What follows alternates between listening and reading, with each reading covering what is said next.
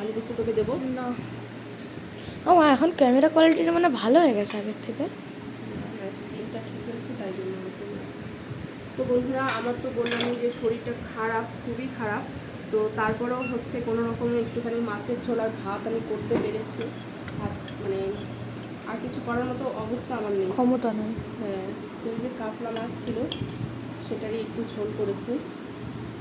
আর কালকে ওই যে পোস্ত রয়েছে, ডাল রয়েছে, সোনাগুলো খাবে না, ঠিক আছে না থাক, আমি একটু পোস্ত খাবো। কালকে পোস্তটা খুবই টেস্ট হয়েছিল।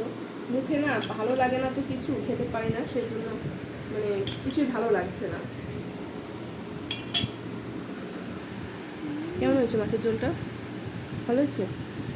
হ্যাঁ, ভালো হয়নি? তুমি রান্না করছো? হ্যাঁ, কেন? এত ভালো তুমি রান্না করতে পারো? তাই নাকি?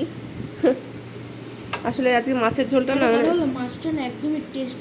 হ্যাঁ, মাছটা ভালো না, মানে মাছের মধ্যে কোনো স্বাদ নেই।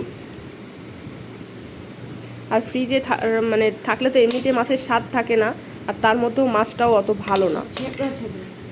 হ্যাঁ, তো যাই হোক, চলো। ওই যে ওর বাবা গেছে স্নানে, ওর বাবার ভাত বেড়ে রেখেছি, আসার তো নাম নেই, কখন আসে ঠিক নেই। এসে গেছে।